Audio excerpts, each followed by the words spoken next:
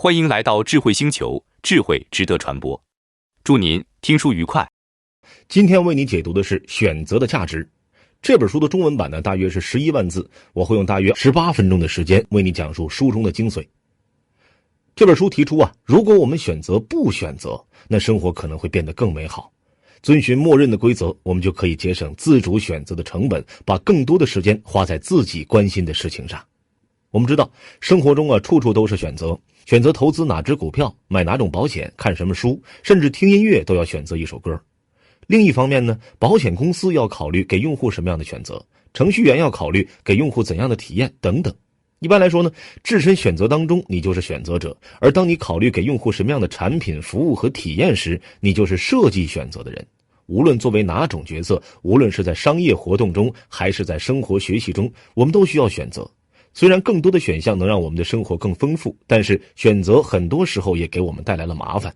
今天呢，给你讲的这本《选择的价值》就是一本关于选择的经典作品。它综合了经济学、哲学、行为学等视角，结合了一些直观的例子，为我们介绍了该如何设计选择，以及该如何做出选择背后的秘密。这本书的作者叫卡斯桑斯坦，他呢是哈佛大学法学院行为经济学和公共政策研究项目的奠基者和主管。在美国前任总统奥巴马执政期间呢，他还是奥巴马政府顶尖的幕僚，白宫的政策制定人。他所涉猎的领域非常广泛，包括政策管理、宪法、环境法、经济法、行为经济学等等，并且在每个领域的研究成果都很令人惊叹。好了，介绍完这本书的基本情况和作者概况，下面呢，我就为你来详细的讲述书中的内容。这本书主要讲述了3个重点内容。第一个重点是默认选择，它给我们介绍了默认选择的影响力及其背后的原理。第二个重点是任意选择，什么时候我们应该使用任意选择。第3个重点是选择的成本考虑。从这3个方面，它为我们介绍了关于选择的原理和它在应用层面的价值。下面呢，我们一个一个说。好，我们就先来看一看第一个重点内容，默认选择的影响力及其背后的原理。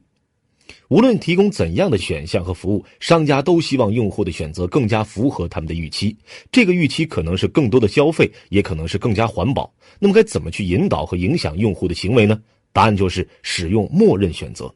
那什么是默认选择呢？默认选择就是不需要用户去识别选项和做出选择，而是让事情沿着默认选项的设置来发展。比如说你打印文件的时候，只要按下打印这个按钮，打印机就会自动把文件打出来，不用设置更多的参数，比如用什么墨水，用哪种纸，单面还是双面，一切都设置好了。这个听起来很简单，但是实际效果却十分惊人。咱举个例子，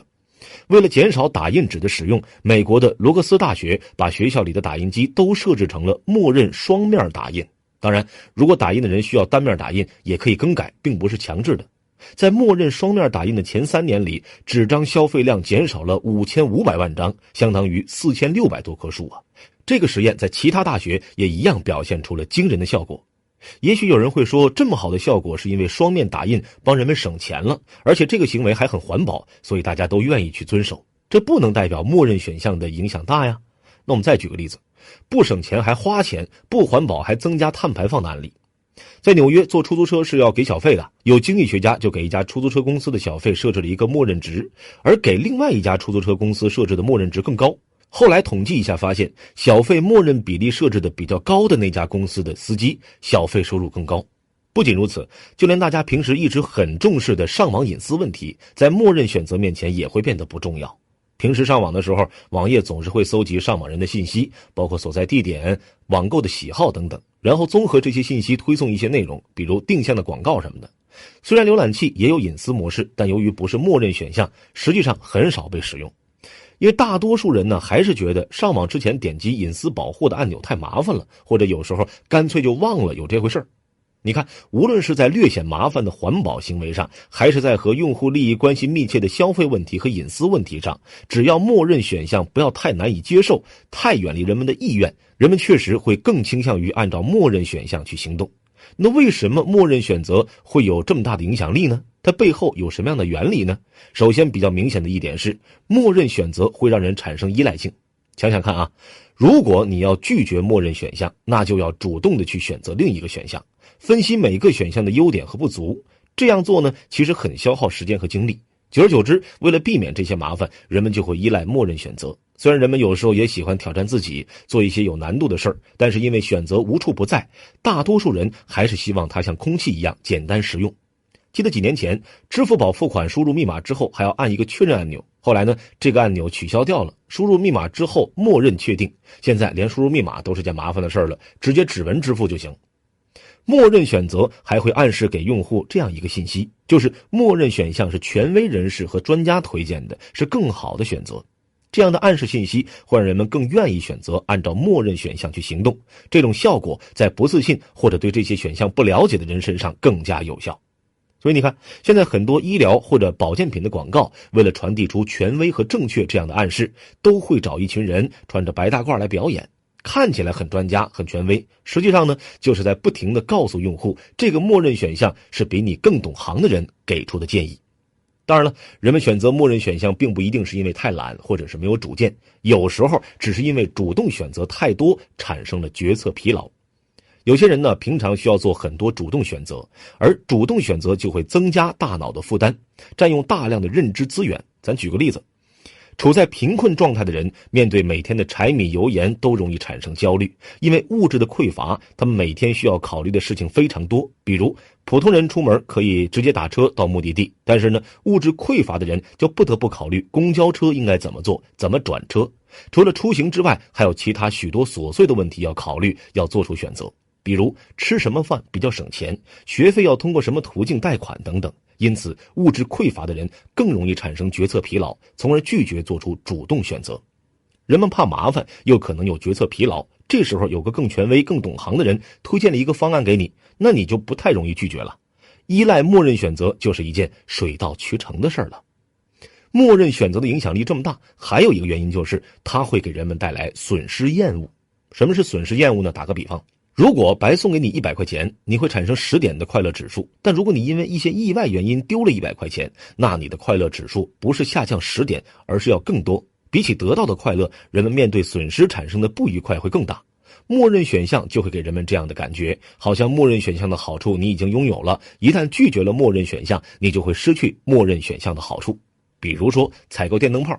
如果供应商默认给用户提供更贵的节能灯，用户就会觉得省电这件事情已经是必然了。如果这时候说节能灯没货了，问能不能接受价格更低的普通灯泡时，用户就会特别在意节能省电这件事情。普通灯泡虽然便宜，但是用户还是更加喜欢节能灯。反过来，当供应商给用户默认推荐普通灯泡的时候，用户就会觉得节能灯价格太贵了，虽然使用过程中比较省电费，但是至少购买的时候可以先省下一笔。所以用户是更在意使用过程中的省电，还是更在意买灯泡时候的省钱，很大程度上是取决于供应商的默认选择是什么。所以呢，有时候并不是用户真的特别喜欢特别在意某些东西，而是因为受外界环境的影响，导致用户认为他们对某些东西有特别的偏好。也正是损失厌恶这种人类的本能，保证了默认选择的影响效果。好了，上面我们介绍了默认选择的影响力，而这些影响力是因为我们容易对默认选择产生依赖性，同时默认选择还会给我们带来损失厌恶。下面呢，咱们继续来说第二个重点内容，任意选择。虽然我们聊了默认选项种种的好处，不过默认选项也不是万能的，不是所有情况都可以使用。还记得我们之前说的出租车小费的案例吗？当小费的默认值设定的非常高的时候，人们就会放弃支付小费的习惯，直接拒绝支付任何小费。也就是说，当默认选项和用户的想法相差很大的时候，人们会主动抛弃默认选项。这一点还是比较显而易见的。虽然默认选择会影响用户的行为，但是绝对做不到可以直接控制用户的行为。那么我们什么时候不用默认选择，而是用任意选择，也就是让用户主动选择呢？这要考虑到有些地区的文化和宗教习俗，比如器官捐赠，有些人会觉得难以接受。那这个时候呢，政府就不能默认大家死亡之后都会进行捐赠器官。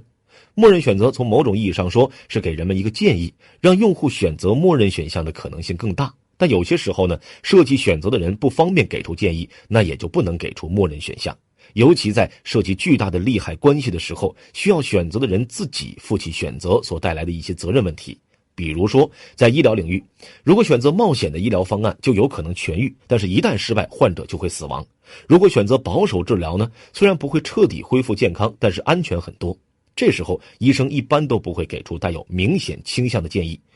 还有就是法律问题，在美国，有些女性在结婚之后会选择把自己的姓改成丈夫的姓氏，除了填写各种表格会比较方便之外，还有庆祝的意思。但是改姓却不是他们的默认选择，这些结婚的女性也可以选择不改，因为如果有强制改姓的嫌疑的话，就会被人们抗议性别歧视，而性别歧视很明显会违反法律的规定。所以说，制定选择不仅要因地制宜地考虑一些文化和宗教习俗，还要考虑选择的责任问题和法律因素。我们之前说过，如果默认选项和用户的意愿相差很大，默认选择就会失效。但在实际生活中，很多时候商家甚至无法知道消费者的意愿。比如说，一家汉堡店永远不知道下一个进店的顾客会喜欢什么程度的辣酱，保险公司也永远不会知道一位年轻有为的白领是需要一个1万元的全家保险还是1000元的个人旅行保险。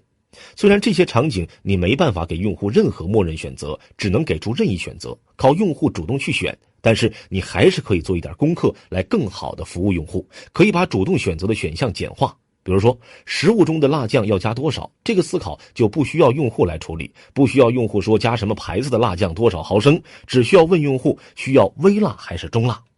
保险公司的合同当然需要很详细，但是买保险产品时，用户要做的选择不可能有100项，只需要把简化的主要的内容告诉用户就可以了。因为如果一份保险需要用户做出超过100项的选择，那这种保险肯定就卖不出去了。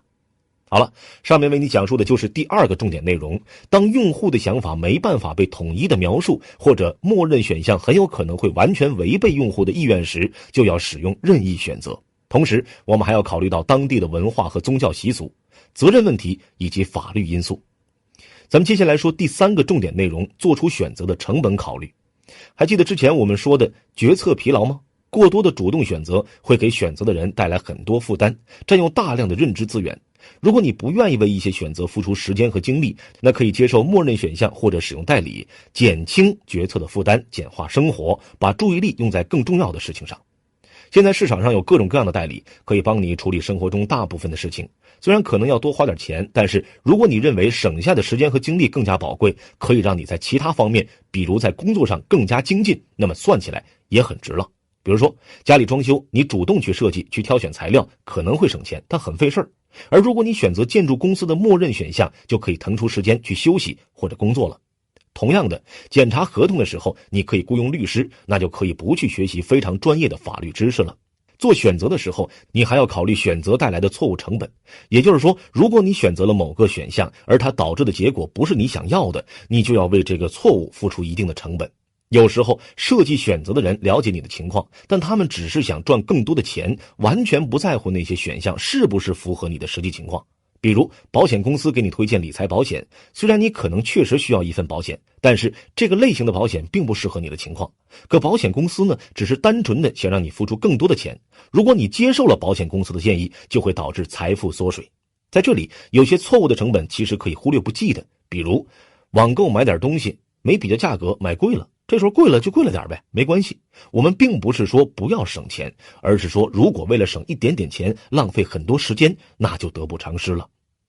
除了上面说的因为主动选择而付出的时间精力，为选择错误而买单的成本之外，默认选择也会给我们带来另外的隐形成本，那就是某些选择可能会导致我们的学习机会减少，这一点可能是默认选择最大的弊端。比如说使用导航系统来指路，导航会给出一个默认路线，大部分情况下大家都会直接使用导航推荐的路线走，但是完全依赖导航会导致人们选择道路的能力越来越弱，没有导航的时候，有些人甚至无法出行。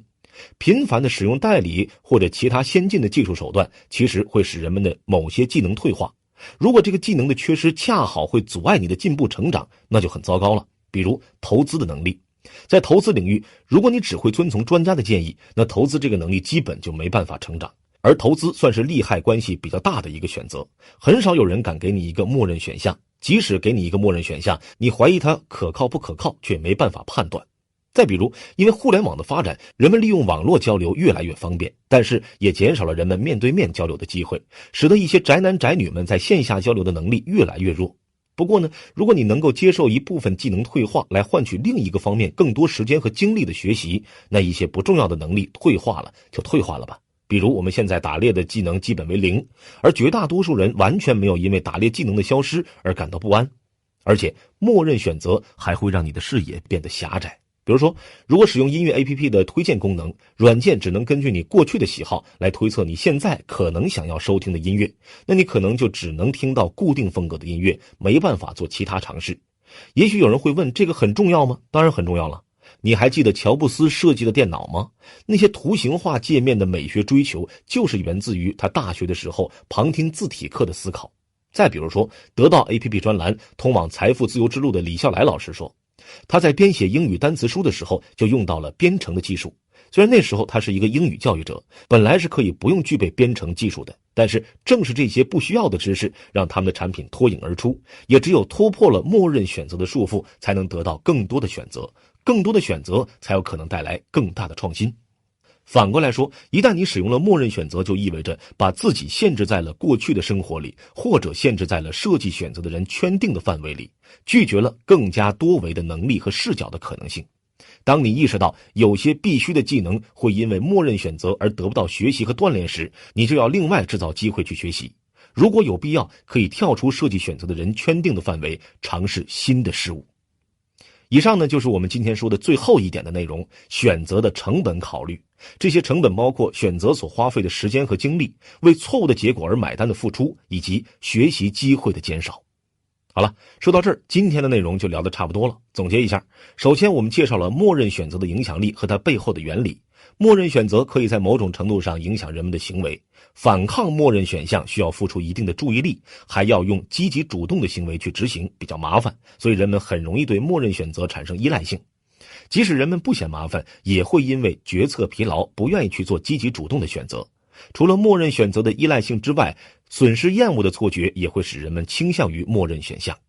第二点，我们说了任意选择。对商家来说，很多时候用户的想法是没办法描述出来的，这个时候商家就会让消费者任意选择。当面临文化和宗教习俗不允许、利害关系巨大、需要划分责任，以及法律规定不允许使用默认选择的时候，也要使用任意选择。最后一点呢，我们还说到选择的成本考虑。面对每天大量的选择时，你要考虑做主动选择所花费的时间和精力是不是值得。如果你觉得这件事情很浪费时间和精力，那你可以接受默认选项，或者利用代理帮助你处理。此外，你还要为选择的结果负责，要考虑选择的结果会不会有错误，适不适合自己。最后也是最重要的一点，就是默认选择是不是会影响你的成长进步，是不是会限制你的眼界，毕竟我们是终身学习者嘛。我们现在的日常生活中充斥了大量的默认规则，这是好事还是坏事呢？本书的作者认为，这是所有人的福音。如果你每天都面对大量选择、大量的需要解决的问题，就会很难控制自己的生活，这会严重削弱甚至消灭你处理最感兴趣或者最重要问题的能力，甚至威胁你的职业发展。因为如果你缺少时间，那你将缺乏自由。好了，以上就是今天的全部内容。恭喜您又听完了一本书。感谢您对我们的支持和关注，请订阅智慧星球听书频道，点赞和分享给身边的家人和朋友，智慧值得传播，开启美好未来。谢谢您，再见。